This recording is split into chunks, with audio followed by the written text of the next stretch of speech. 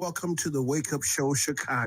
Rise and shine. It's the Wake Up Show, where every sunrise is a call to action. Powered by the Illinois State Black Chamber of Commerce, we are the champions of change, advocating for diversity, equity, inclusion, and accessibility. Contracting. Not just a show, it's a movement. So get ready for another dynamic journey as we wake up the world to a new era of opportunities and empowerment. Ladies and gentlemen, President Larry Ivry. Good morning, everyone. I hope that you are having a fantastic Father's Day weekend. You are listening to the Wake Up Show Chicago, and I am LaDonna Raeh with Raeh Consulting. I'm also a proud member of Illinois State Black Chamber of Commerce, so welcome this morning. Now, we are powered by the Illinois State Black Chamber of Commerce, but most importantly, we are sponsored by Wind Creek Casino Southland. Make sure you Google and look them up. It is a fantastic establishment for fun, food, and entertainment. It's also a casino. Each and every Saturday morning, we are here at 9 a.m. and we're coming to you live on WVON 1690 and streaming worldwide on iHeartRadio. So subscribe to our YouTube channel. Just go to YouTube, search for Wake Up Show Chicago, and you can go ahead and get our exclusive content as we post and publish it. Now, those of you that want to call in, get your phone lines ready at 773 591 1690 so that you can call in and be a part of the conversation. Now, I want to go ahead and introduce you to a business, or should I say, a Black business giant and he's in Black business advocacy, and he's serving as, of course, our president and CEO of the Illinois State Black Chamber of Commerce and chairman of the National Black Chamber of Commerce in Washington, D.C., Dr. Larry Ivry. And also, Dr. Larry Ivry joining us in studio this morning is actor, producer, and advocate for Black economic power, Lorenzo T. Hughes. I'm blessed to be sitting here with both of you. Good morning. Good morning, everybody. Good morning. Good morning, LaDonna Raeh. And to Mr. Hughes, glad to have both of you as a part of the team of the Illinois State Black Chamber of Commerce. It is another exciting day for us to take a look at some things that we need to do in order to make things better for our people. So, again, we're going to have a great and exciting topic today, LaDonna. We're going to be talking about the Illinois Department of Correction. And I really want you guys to really pay attention to what's going on and what we can do Wait, to make Larry, I'm things gonna get better. you. I'm gonna get you. I hear that ringer in the background. You I'm told me, turning, let you know. I'm turning it off. I'm turning it off. All right, continue, please. And don't forget, we got to talk about how the Illinois State Black Chamber of Commerce had to step in and help somebody.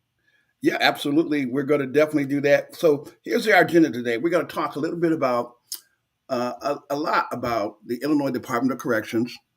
But before we get there, we're going to talk about the construction industry because, it's an important part of what happens in our economy. Construction, building things, whether vertical or horizontal. And sometimes we have real bad actors, people who really don't do the right things. And what we're going to talk about a little bit, LaDonna, is what do we need to do when we find companies who are prime contractors who win big contracts in our community, but they don't treat our contractors very well. And they have every excuse in the world as to how come they couldn't get paid, how come this didn't happen. And we have to be very aware of the fact that our job as a chamber is to make sure our companies are ready, willing, and able, but also we got to hold people accountable at the same time. And so we're going to talk a little bit about how do we hold people accountable, what we should be doing, and how to protect people in the industry so when they do have a problem, the chamber can be a solution to that particular problem, Adana. Yeah. And we always have a series of challenges for those who are in the construction business Well, you get big prime contractors. These are the guys who win the contract. They're ultimately responsible for getting the job done on time, on budget, and with all the, their job is to get the job done. Now, and we understand how critical that is, but in terms of that, they also have, sometimes they have goals or objectives in terms of minority participation, whether it be IDOT, whether it be vertical construction, which could be building anything that are buildings, things in that category. But what happens, they hire subcontractors who are contracted with them. And when they're contracted with them, they then have the responsibility to get the job done over a period of time.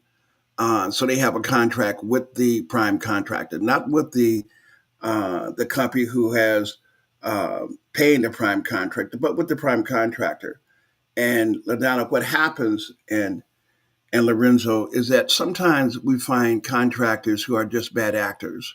It's like having a bad teacher or having a bad anything, having a bad police officer. And we have to be identify what we consider to be bad companies. When those companies are treating us unfairly, in our opinion, then we have to be able to do something other than the fact to say, we simply got to take this.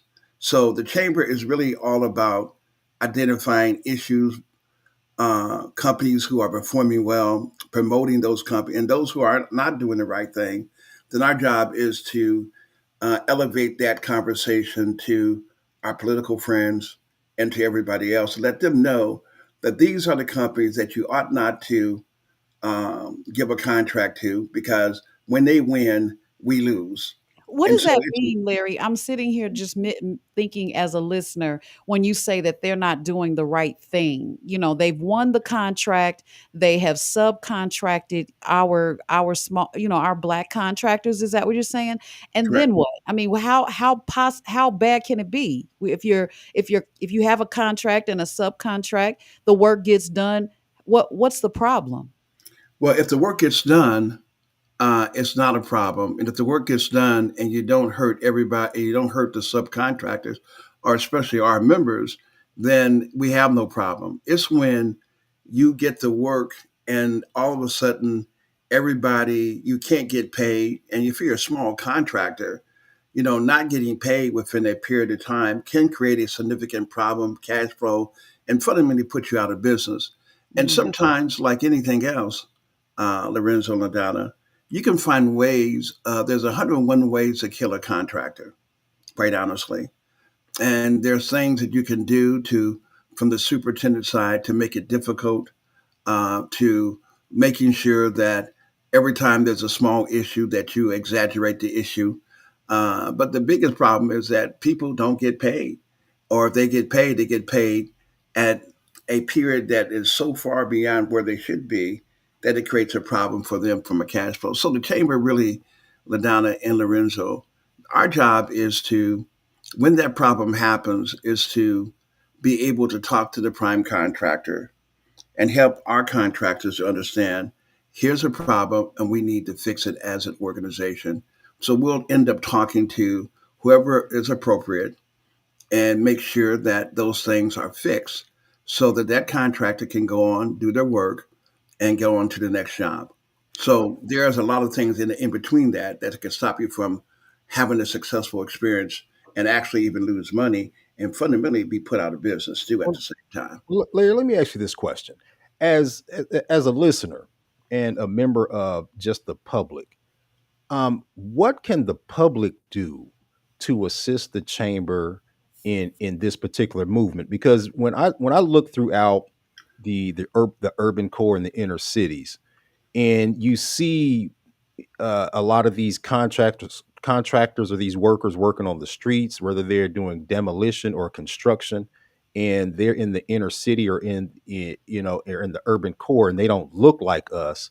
How can we, is there something that we can provide where the listeners or the public can recognize when this is taking place? Where can they go to see this, and what can they do to contribute to the fight? Well, I think the first thing is that, people have power. What we have to do is leverage whatever power we have. And in order for them to do work in Chicago or any place in the United States, they have to. They're getting that contract from municipality. They're getting it. A political figure has something to do with it. And if the people who are in power find that this person is a bad actor or has been deemed to be a bad actor, then what should happen should be that they should decide that we don't want that contractor to get the award, even though that contractor may have some degree of success, may even be a multi-billion dollar company. But the fact of the matter is that they have a reputation for not being sensitive or being fair to black contractors. And it's a very slippery slope because what we don't want to do as an organization is that we don't want to say everybody is bad because there's some good cops and there's some bad cops out there. When we Mhm. find bad cops, we ought to expose those bad cops and we ought to make sure that we go to the chief of police or go to the political figures and say, look, here's a bad cop, here's their record, and you ought to get rid of them, you ought to suspend them, you ought to do something. The same thing in the construction industry. When we have bad players, people ought to be aware of those bad players and they ought to talk to, if it's a casino, if it's a building, if it's a nursing home, someone is paying for that general contract to get that work done. And if all of a sudden there's a lot of energy where the individuals who's paying for the work knows that the community doesn't want that contractor there, then it can have an impact upon the bottom line of that particular contractor. I think that some of those the subcontractors almost need to let the Illinois State Black Chamber of Commerce know immediately when they get the contract, and that way you can communicate. I know that puts a little bit more on our plate, Larry, but it kind of creates accountability, and you can check in with those particular contractors, those subcontractors, say how's everything going. Once the work is completed, then you set some milestones on them getting paid. Is that something that we would consider doing? Yeah, that is exactly what we do, LaDonna. Hmm. And at the same time, the other tool that we have is that we have great relationship with black media and in social media. So when we take a look at TV, radio, and newspaper, and if we deem someone to be a bad actor, taking a careful look at their performance and the consistency of how many black contractors they work with, how many they don't work with, how many they put out of business, and we deem that they have a bad track record of treating African American contractors or minority contractors unfairly, then the media, black media, and our partners ought to make sure that we run an expose. We ought to be able to say, hey, here's a company that we are concerned with that one, they don't hire us. Number two, if they do hire us, they don't treat us well. And there ought to be kind of a grading system so that everybody can say to anyone who hires this company that this is not a company that is friendly to us. We do not want you hiring that company, and make sure that company does not sit at the table. And you'll impact their bottom line. Just like people impact Target's bottom line, we got to make sure that now there's some good actors out there too who go out of the way to make sure it happens. So we just got to make sure that we're careful in determining who's a good actor, who's a bad actor at the same time. And then Well, leverage Larry, we have. yes, sorry. I thought you were landing that plane. I apologize. We got a couple of callers out there. And just for those of you that are just tuning in, you're listening to the Wake Up Show Chicago with Larry Ivry, President and CEO of the Illinois State Black Chamber of Commerce. And if you want to give us a call at 773-591-1690. You want me to go to the caller? Yeah, absolutely, All Ladonna. right, let's go. Kay, good morning. Good morning, Kay. I think I heard her was real low. Did hear her. Hello, hello. Can you hear me? Oh, there we Yes, I go. can. Yes, I can hear you. Good morning, Kay. Welcome Good to morning. Good morning. the Wake Up Good Show. morning to everybody, and thank you for the gentleman asking the question about what we can do as consumers when we see that people are not hiring us, or that we see other people out on the job sites. And to me, Chicago is a unique city that it's very segregated. And even though that's a bad thing, I don't think we as a people take advantage of it as much as we should. Everybody else hires their own people, so we should be able to hire our own people on jobs because, you know, jobs are to give people money to take care of their family. And if their people are denying us that, that's not fair. So I would definitely be a person that would try to report if I see, because that's all I see really, other people in our community working, and then that's taking food out of the mouth of the people in our community. So I agree with the gentleman asking that question about people working in our community. Thank you. Yeah, thanks, Lorenzo. All Thank right, you. let's go to our next caller. Hey, Robert. Good morning. Good morning. This is Robert, and you speaking of the track record, and this track record goes all the way back to President Johnson's Great Society, the Model Cities programs, which began back in the '60s, and of course we find that has morphed into what we have with Section 3 on up to Section 8, and with the denial and marginalization of our communities.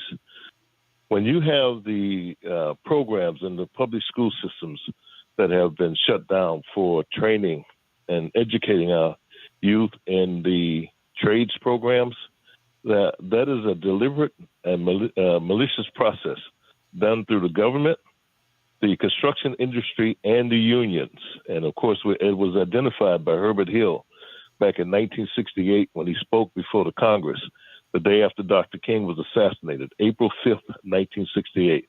In fact, I can share that with Mr. Ivry, and we can see how we can get our legislature to correct this if our elected officials from our communities are well enough and able enough and have the courage to do that. Now, here we are, and I'm going to let you, because I know you have callers calling in.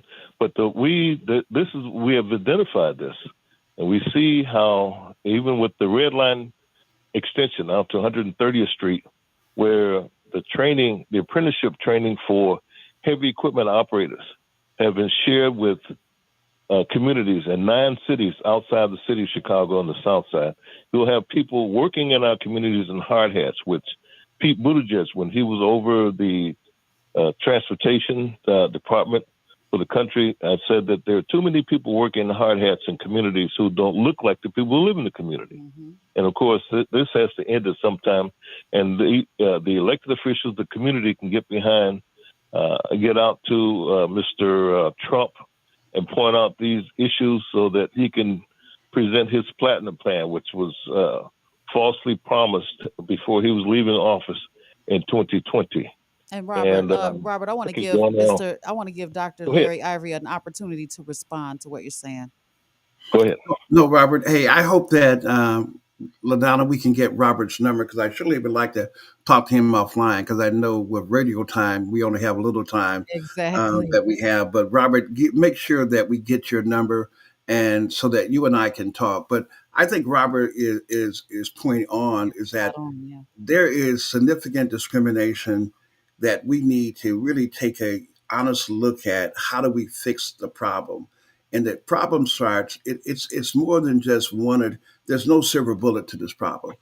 One of the things that we're doing as a chamber, is that we're tracking good and bad actors.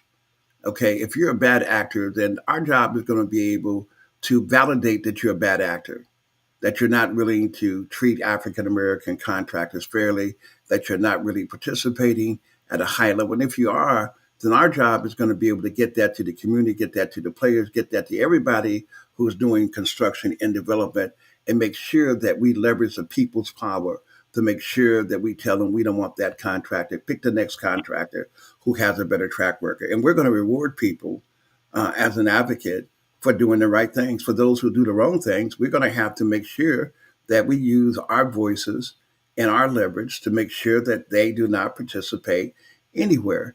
And as a national leader of the National Black Chamber of Commerce, it's not just in Illinois. This we can play in any place in the United States. So if you're a prime contractor and you don't want to do the right things, we're not only going to try to hinder your work in Illinois, but we're going to impact your work throughout the whole country. Yeah. Well, we're coming up on 9:30. I just want to make sure that everybody knows that we have a VIP cruise coming up on the 26th, Larry, because normally we would break for a commercial break right now at 9:30, but I'm going to do a live information read here. The VIP cruise is available for registration on the ilbcc.org website. If you go there, you'll be able to register and purchase your tickets now while they are still available. Every year we do the VIP pre-convention cruise where you can come out and network right here at Navy Pier in Chicago on the spirit of Navy Pier. And should I say, rub elbows with those that are decision makers and CEOs, just dignitary individuals that always come out and support. And we get more and more every year. Larry, what are you expecting different on this VIP cruise this year? Well, this VIP cruise is about a life changing event. In business, we know that one person can change our lives. One major contract could propel us to the next level. And so you want to be in a place where decisions are made, where the people who are that you're surrounded have the ability to help you and to help impact your life and your family lives and the community lives. And so we assembled people from the airport, people from the water reclamation, people from the metropolitan. I mean, just so many key people from the universities that'll be there on the cruise for networking. So this is a real opportunity for you to come, be on the cruise, be with other business people, great food, and a great time. So really, it's really like where you should be. If you're a business person, you should be on that cruise, networking, enjoying great food, and making it happen. All right, so go to ilbcc.org and get registered. Now, Larry, we've got Gabriel Mitchell on the line. We also have another caller, but I wanted to make sure we didn't forget to tell everyone what you had to do for a member that was one of those contractors. Well, I'll be real quick because we're going to pivot to the Department of Correction because we Yes. definitely want to have that conversation. What we had to do is that when we find our contractors are being um, not handled appropriately, or we after we've done our homework, there's always give and takes on both sides of an issue.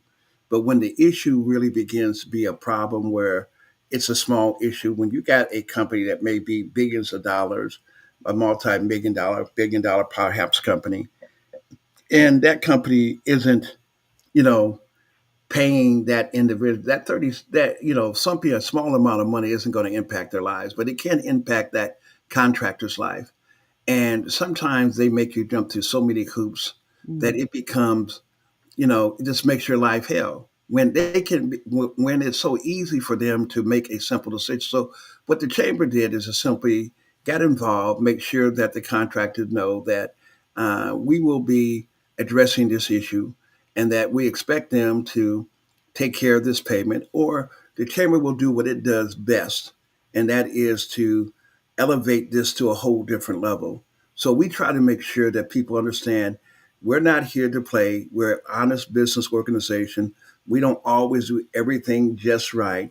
And we're going to be the first group that if we do something that is slightly wrong, you call us, tell us, we'll come back on the air and apologize for it. But we're there to protect Black contractors, LaDonna. So let's hear from Gabriel, and then let's get right into the Illinois Department of Commerce.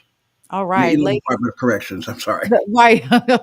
All right. So, ladies and gentlemen, we have on the live line, I should say, we have a guest who is actually very well versed when it comes to communications and such. Gabriel Mitchell, good morning. Good morning. Good morning. How's the Illinois Black Chamber doing this fine Saturday morning in Chicago? Good Hey, morning. just fine, Gabriel. Hey, man, we're so happy to have you on the call because you bring a set of I'm, skills that will help us do our job even better. well, Dr. Ivry, I'm very excited about it. I've been in the direct marketing field for quite some time. And really, direct marketing involves communicating messages straight to your target audience without, people in the middle. You know what I mean? And so we typically do this through mail, direct mail, email, SMS, or digital ads. However, like when a community or organization such as the Black Chamber uses it, our goals really shift a lot.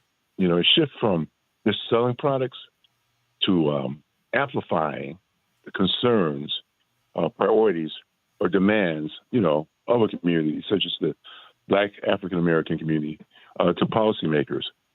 And I recently was privileged to become a part of the Illinois Black Chamber political PAC, and we really, really, really need to come together and support politicians that support our point of view. Every contract, every major contract, at least that I've known, Larry, and maybe you can verify this in Chicago, has some policymaker involved with it.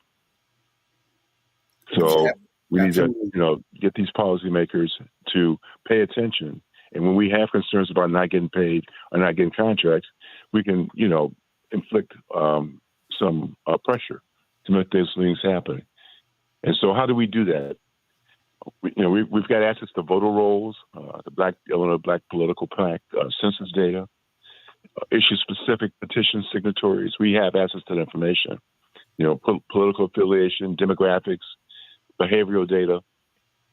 And politicians are more likely to pay attention when a message is precise. You know what I mean? If we say 75% of voters support African-American businesses in their communities, that's powerful to them because we've become specific and we're putting the numbers up. So I know you've got other things to talk about, but I'm so happy that the Black Chamber now, we have this force to use to contact people directly and to get our concerns known. Right. Hey, Gabriel, thanks a lot. You elevate and help us to leverage our message and the results that we're trying to get, because the reason that we're here, that we're trying to strengthen Black businesses. And if we have a system that allows us to communicate and get our issues out there, it helps us to be more effective at bringing about change. So again, thank you for your leadership on the political PAC and also as a member of the Illinois State Black Chamber of Commerce. It's so appreciated to be a part of the organization, Dr. Ivry. Thank you. All right, Larry, you were talking about this Illinois Department of Corrections. So let's let our listeners know what that's about. Well, every year we go down and have lobby day. We take a look at all the agencies, whether it be the Internal Revenue, whether it be the Capital Development Board, whether it be, the DCEO for Economic Development for the state of Illinois, and all the agencies. One of the agencies that we got to say that we're absolutely disappointed in, and that is the Illinois Department of Corrections. Now, the reason that we are is based upon data. I think, LaDonna, you've done some homework, you and Lorenzo. Give us some data so to help our audience to understand why we're focusing on the Illinois Department of Corrections, who has close to a $2 billion budget that they spend. And we're going to get to the numbers. The numbers tell us a lot. And we have African American leadership, LaToya Hughes, who is the director, and a special focus on Janetta Wilson, who is the APO, which is the one who handles the procurement. And she ought to be a subject of everybody's conversation across the state because she has a lot of impact upon what happens. So, LaDonna, you guys got any numbers that you got in front of you? Well, Larry, let me go ahead and start off by saying this. Like, I think we both will all agree that Black people make up just 14% of the state's population. But get this, Black people also make up over 54% of the prison population. I'm going to say that again. Black people make up 54% of the prison population. And while we're overrepresented behind bars, we're completely underrepresented in state contracts, especially with the Illinois Department of Corrections. And it's been obviously, it's obviously that they failed and continue to fail at correcting that situation and those who are incarcerated. Yeah, so now we have Black contractors that are nowhere to be found in the award listing, but we're always in those rosters. In addition to that, Larry, we've got 15,000, over almost 16,000 inmates out of 30,000 in Illinois. So, can you kind of spearhead how we are not utilizing or being utilized properly? This is kind of upside down, as they would call it. And you and I, we spoke about the chief procurement officer, Jeanette Wilson. How are the two relevant?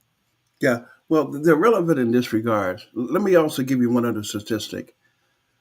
Of that $2 billion budget, the amount of business that's gone to African Americans is 1.8 million, a little bit over 1.8 million. That's less than 0.85%. Hear what I'm saying? That's less than 0.85% of their budget. That is deplorable, in my opinion. And everyone can make an excuse, so they can say, well, we can't get African Americans a bid, and we're trying to do everything we can. It's time out for excuses. People who are not performing, I give this example all the time, LaDonna and Mhm. Lorenzo, and to our listening audience. If you are a recruiter for a major university or college and you never go out and recruit anyone, but you're still getting paid. Someone, uh, someone who's in charge of hiring you is going to get a phone call from the president and saying that we are getting no recruits. We're paying this guy a bunch of money, but we're not getting any results. He needs to be fired. Let's replace him and find someone else. It's like having a basketball player who you paid a bunch of money, but he don't score no points. He can't even make a layup. When we have people in leadership like the APO who's not getting results, they ought to be considered for firing and find someone else that can do it. And there's no longer excuses about, well, Larry, we keep trying to find people, we can't get your people to bid, they won't get registered, all the other excuses. And but the only time you hear that is when we come down to Springfield and have a conversation with you. My question is that you should be proactive. You should be talking to us all the time in reference to how do we make this better? Here's more opportunities. And I've seen on a consistent pattern where even when we have been the best, that they find an excuse not to do business with it. That's not acceptable. I don't think it's acceptable to anyone, but we've allowed it to happen because no one's speaking up. Well, the chamber job is to speak up when there's disparity and there's underrepresentation. We're overrepresented in the prison population. And it really makes us, if you take a look at the data, what you would have to believe that if black people are 4 to 5 times more violent and more criminal than whites or anybody else. Now, how many of you believe that? Mm. Well, that's what's promoted to us. That's what's marketed to us and presented to us. And just in going to lobby day with you, Larry, this rings true in multiple agencies. It seems like I know we're talking about Illinois Department of Corrections, but they all seem to have the same message mapping where they talk about how blacks contractors are not participating, are not doing this or not doing that. And what happens in the room when they say that, Larry? Everyone goes, "Oh, okay." Yeah, No, not yeah. okay. They have a tactic of how to neutralize black people. It's like what they used to say, how I used to feel when whites would say, "Well, your people captured your own people." And you go, It "Oh, would make you okay. feel like really bad. Yeah. And it Eh, shifts the conversation away from what they're supposed to do to your response. It puts a monkey on your back. But mhm, guess what? It's their responsibility to make sure that they're meeting the goals and objectives and making sure that there's diversity. Because if you talk about retention and not coming back to the system is what we say we want to do. But if we're not participating economically in contracts and opportunities, we're more likely to hire our own people than someone else. So if more black people are getting contact, whether it be food, whether it be healthcare, we had a serious problem on the healthcare side. Well, we had a company, Simco Solution, who was the best. They had the same firm that's been there for forever, and they were not happy, but they competed for the business, and they found a scoring a scoring piece that didn't give them the score they needed in order for them to win the contract. We took a look at disparity in score because one scorer gave a person may get the maximum point, and then one scorer gave someone 0 point in the same category. We won the protest, but we didn't get the contract. The same firm who's out of town, who's out of the state of Illinois, is still doing the same thing and they're not overly happy with the service. But when an African American gets an opportunity, they simply will not.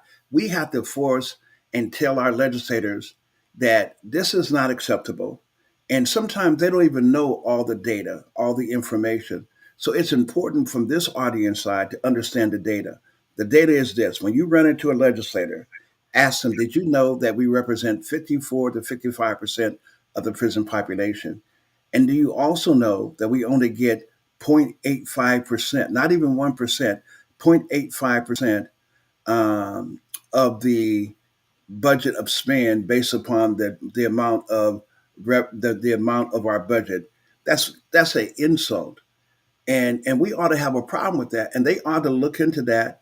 I know we got some good leaders. You know, Julia Stratton is running for Durban seat. They got other people.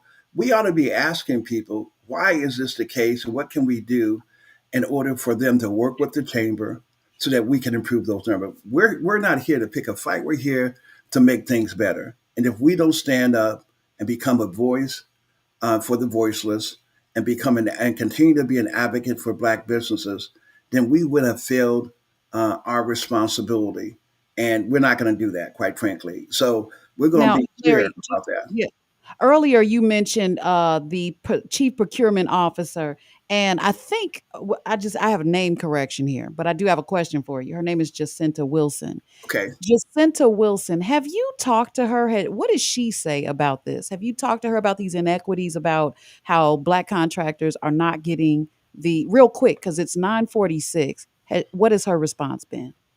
Well, the response has always been, Larry, we care about it and we want to see this better. If they could just do this, this, and this, it's always the same old conversation. And if you've been around long enough, like I've been around, you know the conversation that people have of how to put the responsibility back on you. But like I say, if you're a recruiter, your job is to recruit.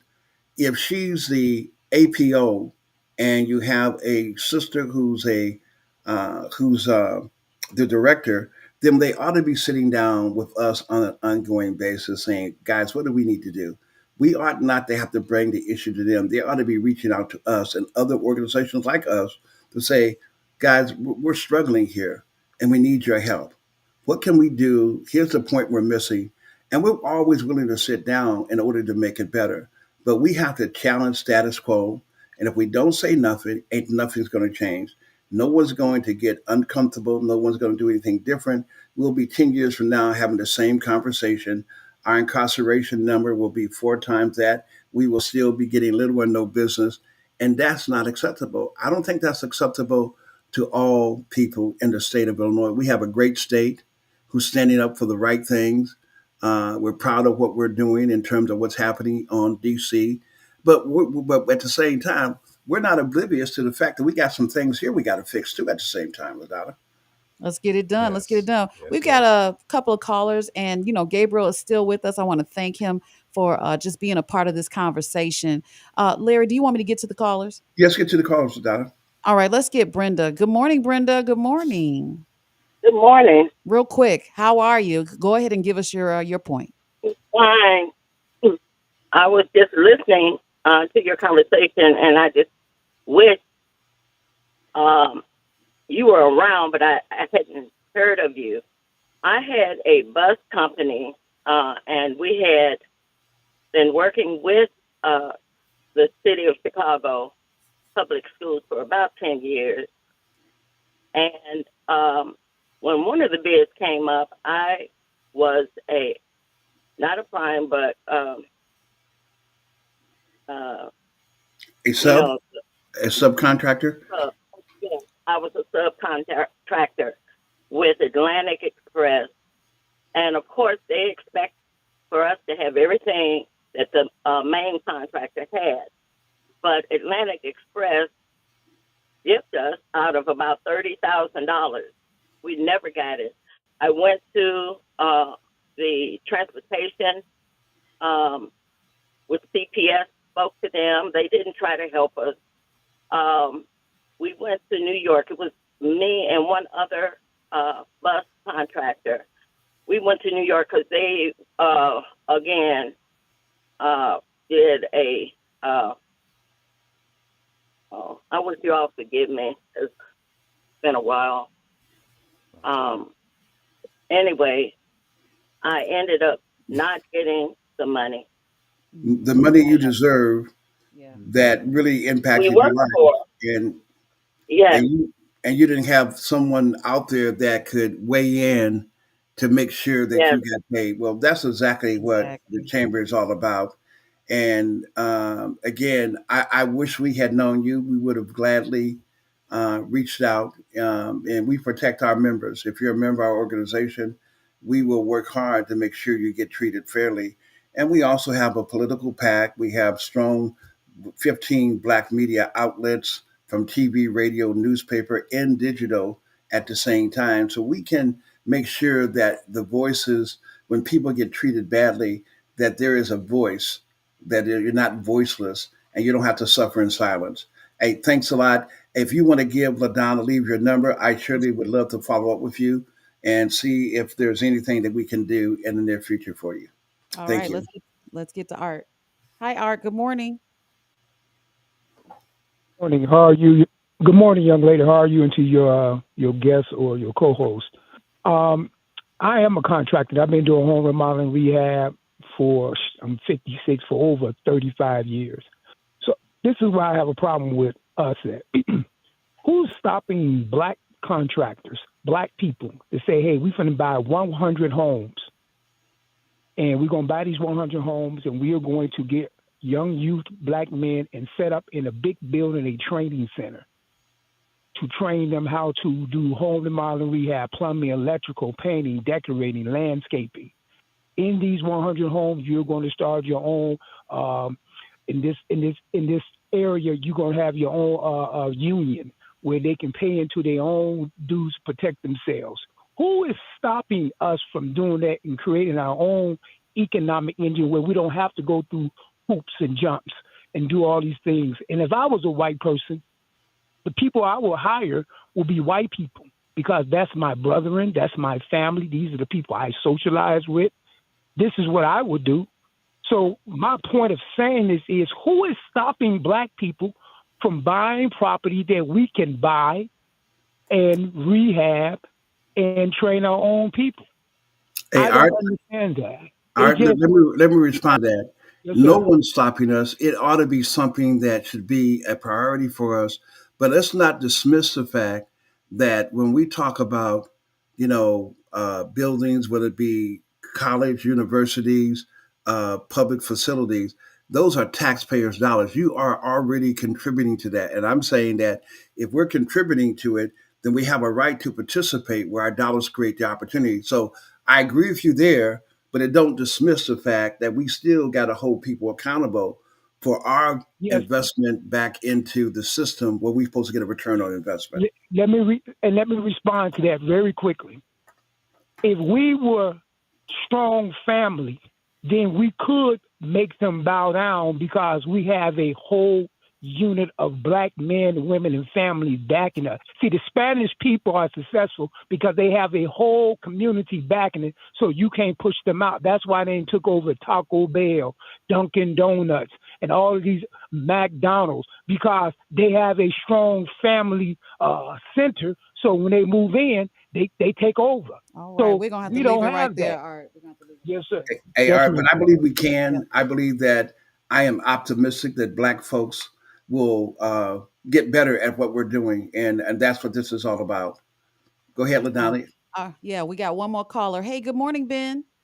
Hey, good morning. How you doing, Brother Larry, LaDonna, and Mr. Hughes this Doing. How morning? you doing? Wait, did you Hey, say just fine, Ladanya? Ben. You said I Ladanya? said no, I said LaDonna. Oh, okay, okay. Go ahead, Ben. Hi, good morning, everyone. One of the things I want to say, and I've just been listening to the conversation this morning. I think we as Black people, and looking at the Illinois Black Chamber of Commerce, we have to get behind the chamber itself, okay?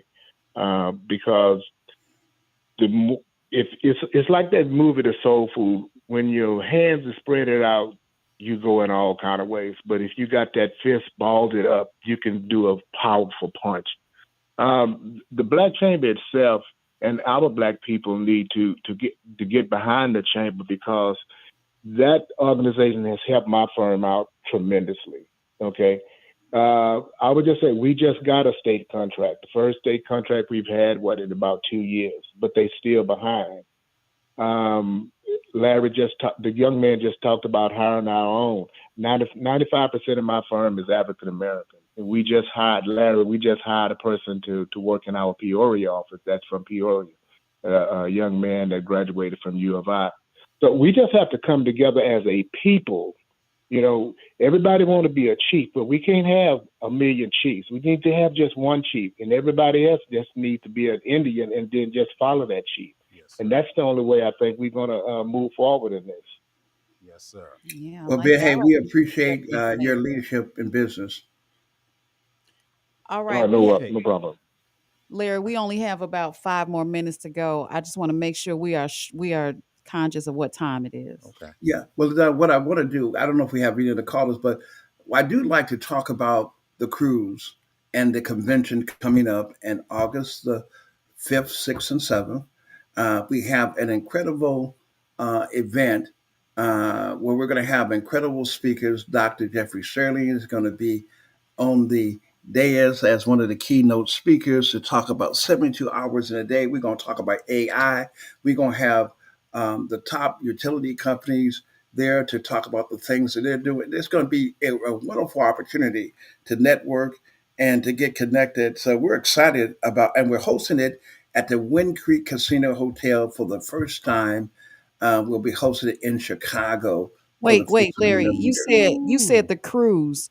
You meant the convention. I Oh, want to the make sure convention. people don't Yeah, the right. convention. I'm like, wait, we're doing AI on the cruise, but okay, yeah, we're pivoting to the convention, y'all. We do a lot every single month with the chamber. Please continue, sir. But that is the 20th annual business convention that we're having at Wind Creek Casino. Please continue. Absolutely. And then going back now, pivoting back to the cruise, get your tickets for the cruise. I mean, it's going to be a beautiful time. If you haven't got your ticket, don't wait too late like some people do. They Mm. called on the last day, Larry, we're sold out. We can't get you on. So get your tickets now while you can, because when it sells out, it's sold out.